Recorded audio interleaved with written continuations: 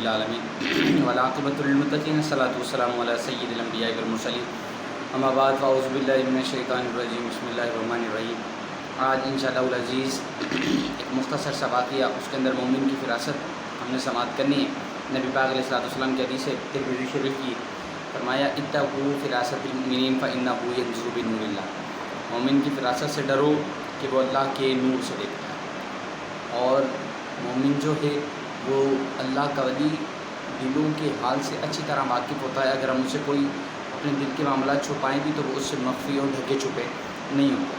جب یہ حدیث ایک یمن کے نصرانی نے سنی تو اس نے کہا میں نے آزمانا، یہ مسلمانوں کی نبی کا قول ہے، فرمان ہے، تو میں اس کو آزماؤں گا کہ دیکھوں ذرا کہ مومن اللہ کا جو ہے ولی جو ہوتا ہے وہ دلوں کے حال کیسے جان سکتا ہے، اس کی فراست اتنی اعلیٰ کیسے ہو سکتی ہے۔ تو وہ ایک ولی کے پاس گیا، ولی کے پاس گیا تو پوچھا، نصرانی تھا، اس نے اپنا پورا گیٹ اپ، پورا حلیہ چینج کرا اور جا کر پوچھا جناب یہ جو حدیث ہے کہ مومن اللہ کی فراست سے دیکھتا ہے مجھے سمجھائیں۔ فرمایا کہ جب وقت آئے گا تو تمہیں سمجھا دیں گے۔ ولی نے تو کامل ولی کے پاس گیا تھا تو ولی نے ٹال دیا۔ دوسرے ولی کے پاس گیا کہ جناب مجھے اس حدیث کا مطلب سمجھائیں کہ مومن اللہ کے نور سے دیکھتا ہے، اس کی فراست اعلیٰ ہوتی ہے۔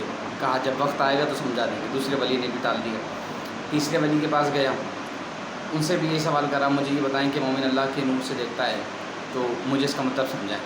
فرمایا جب وقت آئے گا سمجھا دیں گے۔ انہوں نے کہا یہ تو کوئی کام والے بندے نہیں، اگر یہ واقعی میں اللہ والے ہوتے تو یہ پہچان جاتے کیونکہ میں ہوں ہی نصرانی، یہ لوگ اللہ والے نہیں۔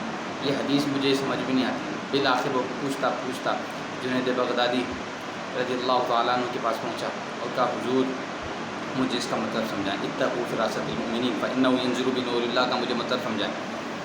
کہا کیا سمجھنا ہے؟ کہا مجھے یہ سمجھنا ہے کہ مومن اللہ کے نور سے کیسے دیکھتا ہے۔ کہا سمجھنا ہے؟ کہا ہاں حضور سمجھنا ہے۔ کہا سمجھا دوں؟ جی حضور سمجھا دیں۔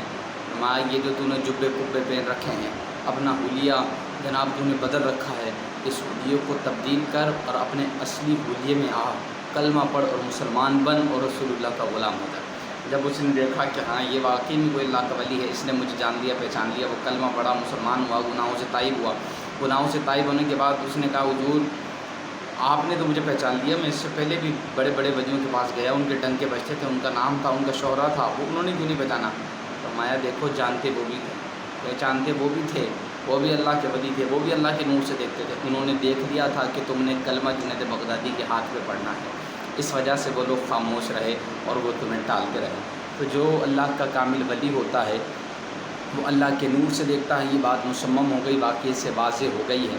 لہٰذا جب کبھی بھی کسی بھی اللہ کے ولی کے بارگاہ کے اندر بیٹھیں تو اپنے دلوں کے حالوں کو درست کریں، کیونکہ دلوں کے حال بندوں کے سامنے تو پوشیدہ ہو سکتے ہیں لیکن اللہ کے ولی کے سامنے دلوں کے حال مخفی نہیں رہتے۔ اللہ تعالیٰ